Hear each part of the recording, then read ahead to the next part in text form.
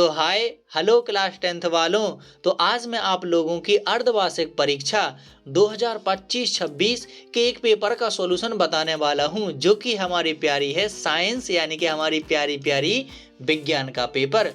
तो आइए जल्दी से देख लेते हैं कि आप लोगों ने विज्ञान के पेपर में कितने सही सवालों के सही जवाब दिए हैं। ठीक है, तो सबसे पहले यहाँ पर आ जाते हैं हमारे विकल्प पर। तो पहला विकल्प यहाँ पर हमारा है सही विकल्प चुन करके लिखिए, यानी पहला क्वेश्चन है। ओके, तो यहाँ पर एक कैसी अभिक्रिया है, तो यहाँ पर देखिए एक अभिकारक से दो उत्पाद यहाँ पर बन रहे हैं, यानी कि ये हमारी है वियोजन अभिक्रिया। और ये कौन सी अभिक्रिया हो सकती है, तो इसमें देखिए ऊष्मा ली जा रही है, यानी कि ये हो जाएगी ऊष्मा शोषी अभिक्रिया। ओके, तो यहाँ पर मैं केवल आंसर जो सही है वही नहीं बताऊंगा, बल्कि और भी चीजें आपको बताऊंगा। तो ये देखना आपके लिए बहुत ही जरूरी हो जाता है। ओके, निम्न में से दुर्बल अम्ल है, तो यहाँ पर निम्न में से जो दुर्बल अम्ल है वो है भैया हमारा क्या, एसिटिक अम्ल। ठीक है, अब एसिटिक अम्ल का यदि आपसे कोई फॉर्मूला पूछे तो आप लोगों को बता देना है CH3 और COOH, ये हमारा होता है एसिटिक अम्ल का सूत्र। ओके, अब यहाँ पर देखिए दुर्बल अम्ल तो ये हो गया। अब इसमें प्रबल अम्ल, ये हमारा प्रबल अम्ल है, ये प्रबल अम्ल है, ये प्रबल अम्ल है, यानी सल्फ्यूरिक अम्ल, हाइड्रोक्लोरिक अम्ल और नाइट्रिक अम्ल, ये हमारे तीनों की तीनों क्या हैं, प्रबल अम्ल। तो सल्फ्यूरिक अम्ल का फॉर्मूला होता है H2SO4 और हाइड्रोक्लोरिक का होता है हमारे पास में HCl। अब आपको ये बताना है कि ये हमारे शरीर के में किस अंग के द्वारा निकलता है। और नाइट्रिक अम्ल का यहाँ पर हमारे पास में फॉर्मूला होता है HNO3। तो ऐसे ही मैं बहुत सारी यहाँ पर डिटेलिंग आपको बताऊंगा। ओके, हाँ देखिए अगला, कौन सी धातु ठंडे जल के साथ तीव्र अभिक्रिया करती है, तो वो होती है पोटेशियम। कौन सी धातु, पोटेशियम। ओके, हाँ अल्कोहल को IUPAC में अनुलग्न यहाँ पर क्या लगाते हैं, अनुलग्न यानी के यहाँ पर क्या लगाते हैं, तो वो लगाते हैं प्रत्यय यानी कि ऑल, क्या लगाते हैं, OL ऑल। ठीक है, ये हमारा हो जाता है क्या, अनुलग्न। ओके, चलिए बढ़ते हैं आगे। यहाँ पर किसी दर्पण से कितनी भी दूरी पर खड़े रहने पर प्रतिबिंब सदैव सीधा बनता है, तो संभवतः वह कौन सा दर्पण होगा, तो यहाँ पर इसका राइट आंसर हो जाएगा उत्तल दर्पण। क्या होगा, उत्तल दर्पण। बस उत्तल दर्पण में हमेशा वस्तु का सीधा प्रतिबिंब बनता है, लेकिन वो कैसा बनता है, छोटा। और अगर अपन को वस्तु के आकार का चाहिए और सीधा चाहिए तो वो बनता है समतल में। तो इसका राइट आंसर समतल दर्पण और उत्तल दर्पण दोनों के दोनों होंगे। बस वस्तु के बराबर और सीधा बनेगा समतल दर्पण में। ठीक है, और यहाँ पर वस्तु से छोटा और सीधा बनेगा उत्तल दर्पण में। तो यहाँ पर देखिए सीधा पूछा गया तो दोनों में तो सीधा बनता है। ठीक है, तो ये इसके दोनों में कोई भी एक आंसर आप लोग लगा सकते थे। ओके, लेकिन बाकी मैंने बता दिया कि इसमें छोटा बनेगा, इसमें वस्तु के आकार का है। सामान्य दृष्टि के वयस्क व्यक्ति के लिए जो स्पष्ट दृष्टि है वो सभी को पता है कि 25 सेंटीमीटर होती है। ठीक है, यानी कि आप आंखों के 25 सेंटीमीटर दूरी तक रख करके ठीक ठीक साफ साफ पढ़ सकते हैं। ओके, तो यहाँ पर ये इंग्लिश में है, इनका और हमारा कोई फिलहाल लेना देना नहीं है। अब देख लेते हैं हम लोग इसके दूसरा क्वेश्चन। तो यहाँ पर है रिक्त स्थानों की पूर्ति कीजिए। ओके सर जी, कर लेते हैं। CaO प्लस के H2O, तो ये क्या बन जाएगा, तो ये बन जाएगा बुझा हुआ चूना, यानी कि Ca और OH का होल ट्वाइज ये बन जाएगा बुझा हुआ चूना। ये हमारी बुझे चूने की अभिक्रिया है।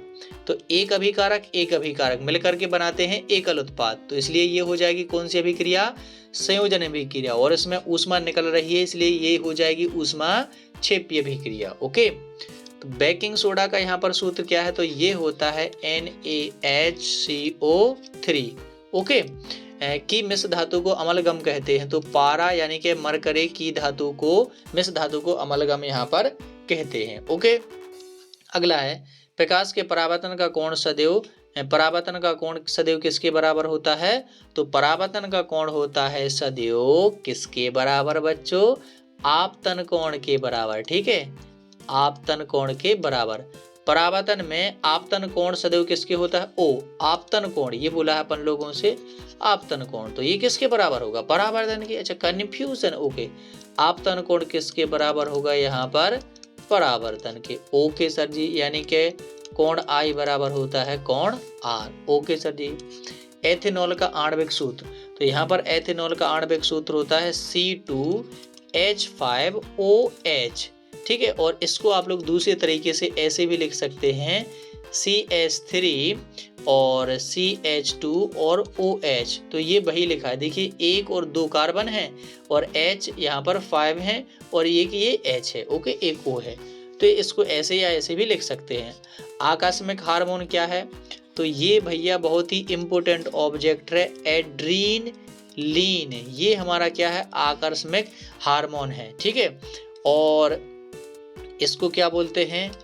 फाइट, ठीक है, फाइट और फ्लाइट हार्मोन भी इसको कहते हैं, यानी कि लड़ो या भागो, इसको फाइट और फ्लाइट हार्मोन भी कहते हैं, एड्रीनलीन हार्मोन, ओके।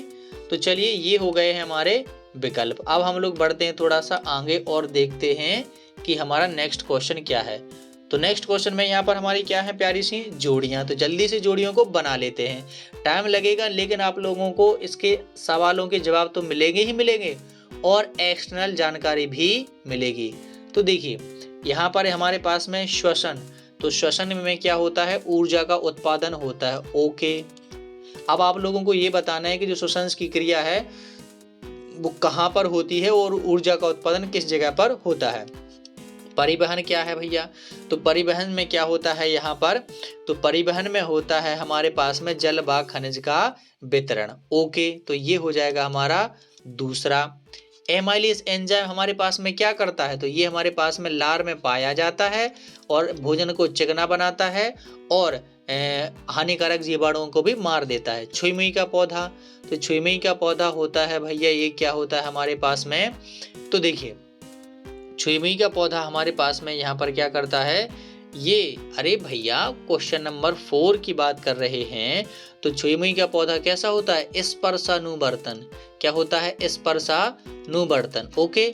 यानी कि स्पर्श करने से इसकी पंखुड़ियों में यानी कि इसकी पत्तियों में क्या होता है? परिवर्तन, इसलिए ये होता है स्पर्शानुवर्तन, ओके। अब अगला है यहाँ पर हमारा क्या है? आयोडीन। तो आयोडीन का हो जाएगा यहाँ पर हमारा क्या? 5वां, जो कि है हमारे पास में यहाँ क्या? Thyroxine, okay. तो 5वें का हो जाएगा दूसरा, क्योंकि जो थायरोक्सिन हार्मोन है उसको निकलने के लिए थायराइड ग्रंथि से आयोडीन की जरूरत पड़ती है।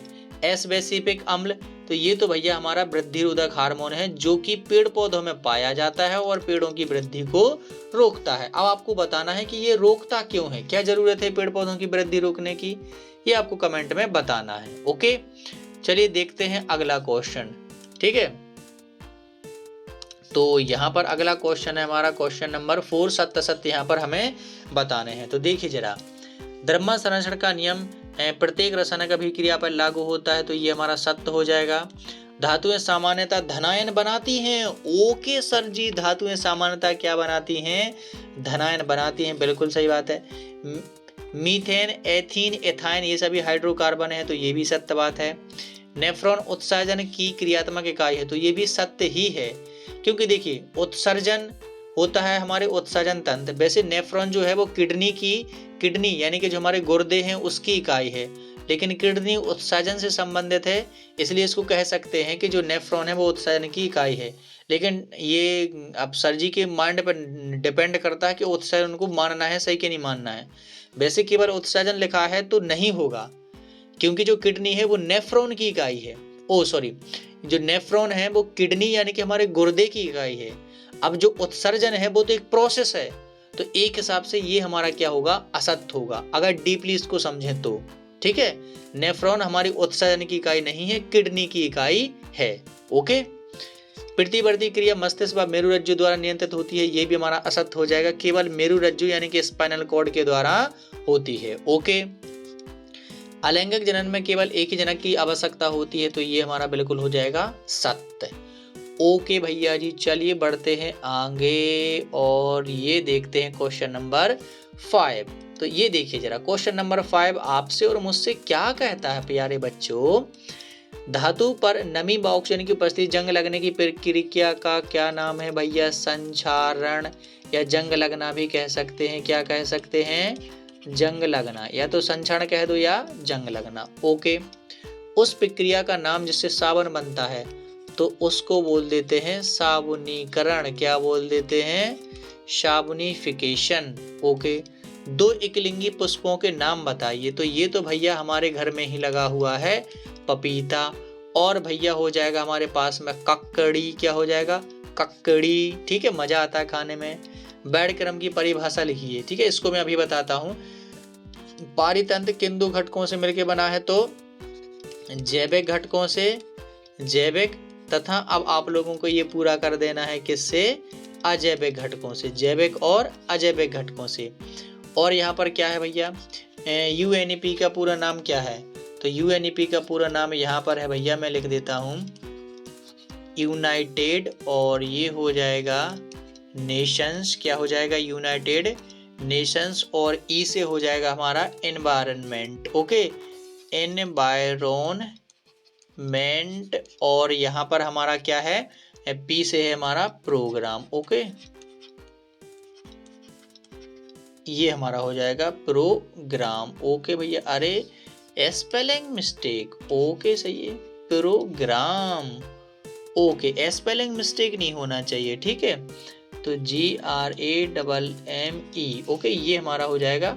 चलो इसको मैं नीचे लिख देता हूँ, क्या ये स्पेलिंग हो रही। अरे भाई तू कहाँ जाती, तू इधर ही रुक जा थोड़ी सी, ओके ओके, हाँ हाँ ये आ गई यहाँ पे, ओके। चलो लिख देता हूँ MM और ये ई, प्रोग्राम, ओके। अब यहाँ पर देखिए, ये हमारे क्या, एक छोड़ दिया था मैंने ना वर्ड क्रम की परिभाषा, तो देखिए सुन लीजिए, इसको मैं बता देता हूँ वर्ड क्रम की कैसी है। कि श्वेत प्रकाश की किरण, श्वेत प्रकाश की किरण जब अपने 7 रंगों में बढ़ जाती है, जब एक श्वेत प्रकाश की किरण अपने 7 रंगों में बढ़ जाती है, तो इस रंगों के जो वर्ड क्रम बनता है उसको ही, जो क्रम बनता है उसको ही वर्ड क्रम कहते हैं, ओके। चलिए देखते हैं अगला, और यहाँ पर अगला क्वेश्चन हमारा आ जाता है 6वां और ये 7वां। तो अब आप लोगों को ये क्वेश्चन, यदि आप लोग चाहते हैं कि मैं इन सभी क्वेश्चन के आंसर हैं वो बेहतरीन तरीके से यहाँ पर बता दूं, तो एक आप लोगों का प्यारा सा यहाँ पर कमेंट बनता है। तो यदि आप लोग एक प्यारा सा कमेंट करते हैं तो आप लोगों को ये सभी क्वेश्चंस के आंसर बेहतरीन तरीके से आपकी टेबल पर उपलब्ध करा दिए जाएंगे, और ये भी बता दिया जाएगा कि इनको संतुलित कैसे करते हैं। तो चाहते हैं ना कि सभी के मैं आंसर बताऊं? वैसे तो आप लोगों ने कर ही लिए होंगे। यदि आप लोग चाहते हैं कि मुझे इसका पूरा सॉल्यूशन चाहिए तो एक प्यारा सा कमेंट कीजिए, ठीक है, और बस आपकी डिमांड पूरी की जाएगी। ये सवाल बस आपके कमेंट के दूर ही हैं, कमेंट कीजिए, सवाल मिल जाएंगे।